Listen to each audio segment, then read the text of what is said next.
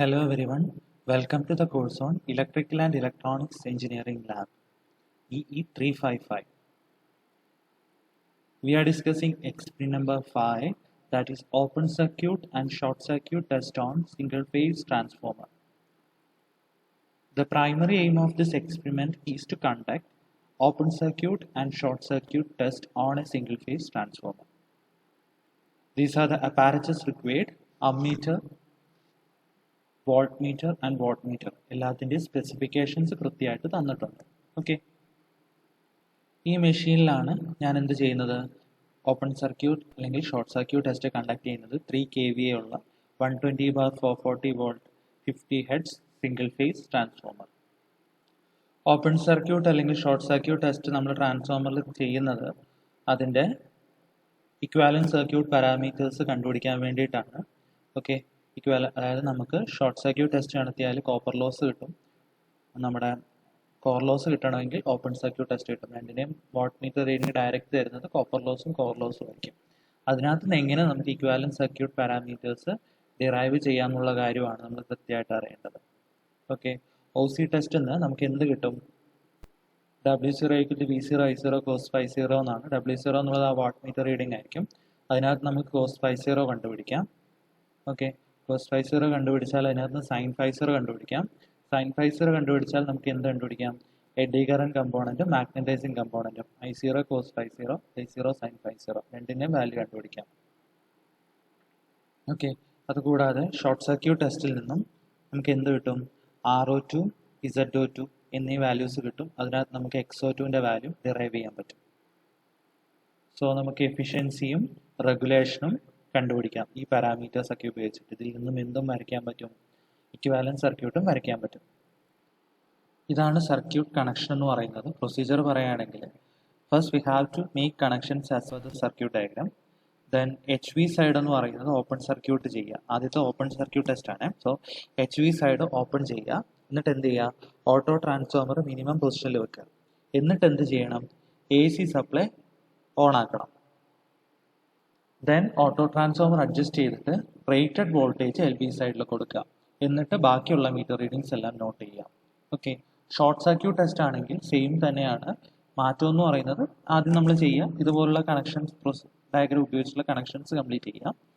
LV side എന്ന് പറയുന്നത് short ചെയ്യുക.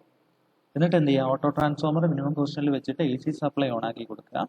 ദെൻ ഓട്ടോ ട്രാൻസ്ഫോമർ അഡ്ജസ്റ്റ് ചെയ്തിട്ട് ammeter reading equal to rated current ആക്കി കൊടുത്തിട്ട് ബാക്കിയുള്ള മീറ്റർ റീഡിങ്സ് എല്ലാം നോട്ട് ചെയ്യുക. This is the observed data. Open circuit ടെസ്റ്റിൽ V0 I0 W0. V0 120 volt, I0 1.175 amps, W0 equal to 80 watt. Short circuit test V2 I2 W2 അല്ലെങ്കിൽ VSC ISC WSC 9.5 12.5 100. ഇതിനകത്ത് നിന്ന് എങ്ങനെ സാമ്പിൾ കാൽക്കുലേഷൻസ് ചെയ്യാം അല്ലെങ്കിൽ എങ്ങനെ കാൽക്കുലേഷൻസ് പ്രൊസീഡ് ചെയ്യാം? നമുക്ക് W0 എന്നുള്ളത് വാട്ട് മീറ്റർ റീഡിംഗ് ആയിരിക്കും ഓപ്പൺ സർക്യൂട്ട് ടെസ്റ്റിൻ്റെ. അത് V0 I0 cos ∅0 ആണ്. അതിനകത്ത് cos ∅0 കണ്ടുപിടിക്കുക ആദ്യത്തേത്. ശേഷം IW IM രണ്ട് വാല്യൂസും കണ്ടുപിടിക്കുക. Okay, I0 cos ∅0 I0 sin ∅0 നമുക്ക് കണ്ടുപിടിക്കാൻ പറ്റും. Then find R0. R0ൻ്റെ വാല്യൂ എന്ന് പറയുന്നത് എന്താണ്? V0 ഡിവൈഡഡ് ബൈ IW ആണ്.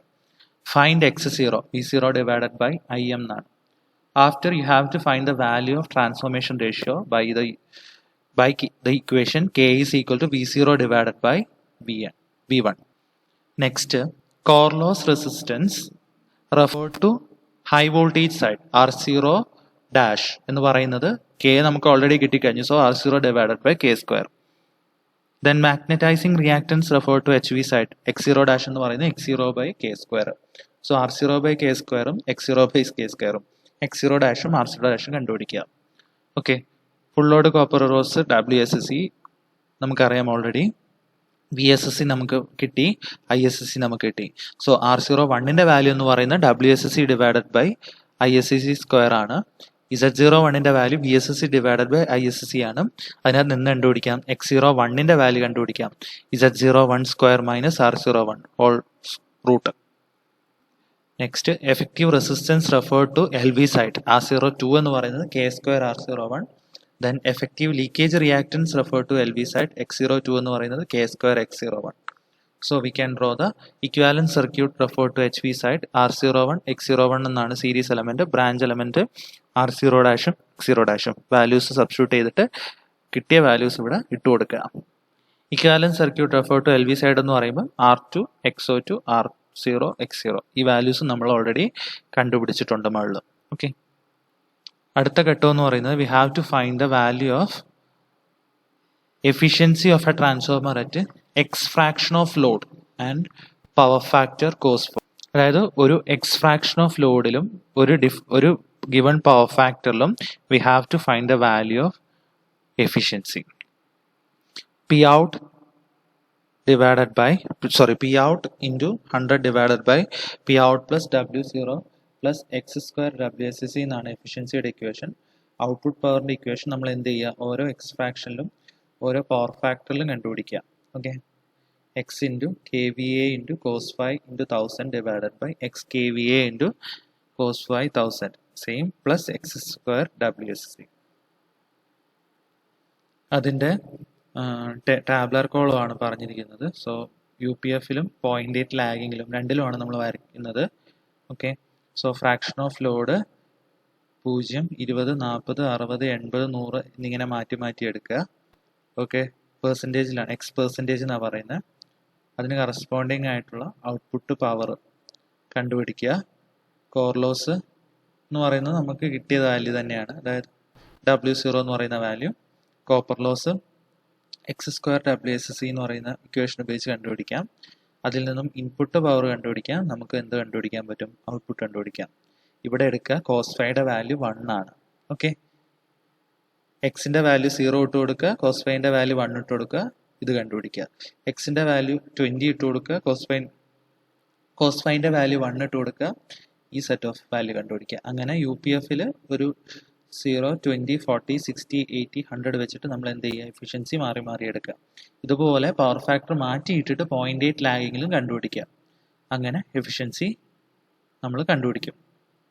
അടുത്തത് we have to find the percentage regulation at x fraction തന്നെയാണ് of full load at various power factor. Power factor മാറും, ഏത് ഫ്രാക്ഷനിലാണെന്നുള്ളത് മാറ്റി കൊടുക്കുക. Equation I2 divided by V2 into R02 cos 5 plus or minus X02 sine 5. Plus ആണെങ്കിൽ lagging power factor, minus ആണെങ്കിൽ leading power factor. So ഈ equation വെച്ചാണ് നമ്മൾ അത് കണ്ടുപിടിക്കുന്നത്. രണ്ട് കേസിൽ ഫുൾ ലോഡിലും ഹാഫ് ലോഡിലും പവർ ഫാക്ടർ 1, 0.8, 0.6, 0.4, 0.2, 0 ഇങ്ങനെ മാറി മാറി എടുത്തു. ഓക്കെ, എന്നിട്ട് ആ ഇക്വേഷനകത്ത് സബ്സ്റ്റിറ്റ്യൂട്ട് ചെയ്ത് കൊടുത്തിട്ട് ലാഗിങ്ങിൻ്റെ കേസിലും ലീഡിങ്ങിൻ്റെ കേസിലും പെർസെൻറ്റേജ് റെഗുലേഷൻ നമ്മൾ ഹാഫ് ലോഡിലും ഫുൾ ലോഡിലും കണ്ടുപിടിക്കും. ഓക്കെ, അടുത്ത ഘട്ടത്തിൽ നമ്മൾ ചെയ്യുന്നത് ഈ ഒരു ടേബിൾ ഉപയോഗിച്ചിട്ട് efficiency versus output power graph വരയ്ക്കും. എഫിഷ്യൻസി ഇവിടെ നിന്ന് എടുക്കും, ഔട്ട്പുട്ട് പവർ എന്ന് പറയുന്നത് ഇവിടെ നിന്ന് എടുക്കും. So efficiency versus output power graph four UPF and 0.8 power factor lagging രണ്ടിൻ്റെ കേസിൽ നമ്മൾ ഗ്രാഫ് പ്ലോട്ട് ചെയ്യും. അടുത്തത് റെഗുലേഷൻ കർവ് വരയ്ക്കും. റെഗുലേഷൻ കർവ് പവർ ഫാക്ടറിനെയും പെർസെൻറ്റേജ് റെഗുലേഷനെയും രണ്ട് ആക്സിസിലെടുത്തിട്ട് റെഗുലേഷൻ കർവ് വരയ്ക്കും. അത് ഫുൾ ലോഡിലും വരയ്ക്കും, ഹാഫ് ലോഡിലും വരയ്ക്കും. ഓക്കെ, സോ നമ്മളിന്ന് പഠിച്ചത് SCOC test of A single phase transformer ആണ്. അതിനകത്ത് എങ്ങനെ ഇക്വാലന്റ് സർക്യൂട്ട് പാരാമീറ്റേഴ്സ് ഡ്രോ ചെയ്യാം, മാക്സിമം എഫിഷ്യൻസിയുടെ കാൽക്കുലേഷൻസ് എങ്ങനെ ചെയ്യാം, റെഗുലേഷൻ്റെ കാൽക്കുലേഷൻസ് എങ്ങനെ ചെയ്യാം, അത്രയും കാര്യങ്ങളെ പറ്റിയാണ് ഇന്ന് പഠിച്ചത്. വീഡിയോ ഒന്നുകൂടെ നോക്കുക, PPT ഒന്നുകൂടെ കാണുക, കാര്യങ്ങൾ കൃത്യമായിട്ട് മനസ്സിലാക്കുക. Thank you.